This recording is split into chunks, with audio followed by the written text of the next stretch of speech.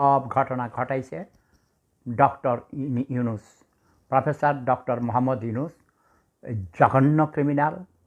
তাকে ক্ষমতায় দেয়া হোক, তত্ত্বাবধায়ক সরকারের প্রধান হিসেবে আসুক, তারপর তাকে আমি এই যে আজকাল মাস রেডি করে রাখছি, ওকে, এটা তার গুজ্জ দাঁত দিয়ে ঢুকাইয়া তার মগজ পর্যন্ত নিয়ে যাব। লম্বা আছে কিন্তু অনেক। আমি এখন এই এই এই লাঠি ধইয়া আমাকে হাঁটতে হয়, আমি অসুস্থ। ডক্টর মোহাম্মদ ইউনূস শেখ হাসিনাকে প্রথম থেকেই নন কপারেশন করে আসছিল। পদ্মা সেতু হতে দিবে না, শেখ হাসিনার নিজস্ব অর্থায়নে করে দেখাইছে।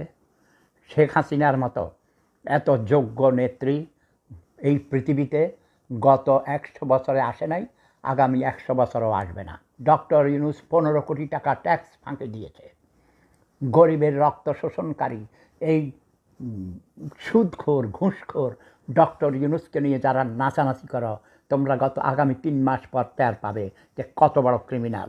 এই ডক্টর ইউনূস রাজাকার, তার 14 গোষ্ঠী রাজাকার ছিল, মুক্তিযুদ্ধের বিরোধী শক্তি।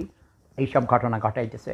71 পরাজিত ঘাতক রাজাকার আলবদর আল শামস, নব্য রাজাকাররা এসব ঘটনা ঘটাচ্ছে। আমি এদেরকে চিনি, কারণ বাংলাদেশের প্রতিটি গ্রাম আমি চিনি।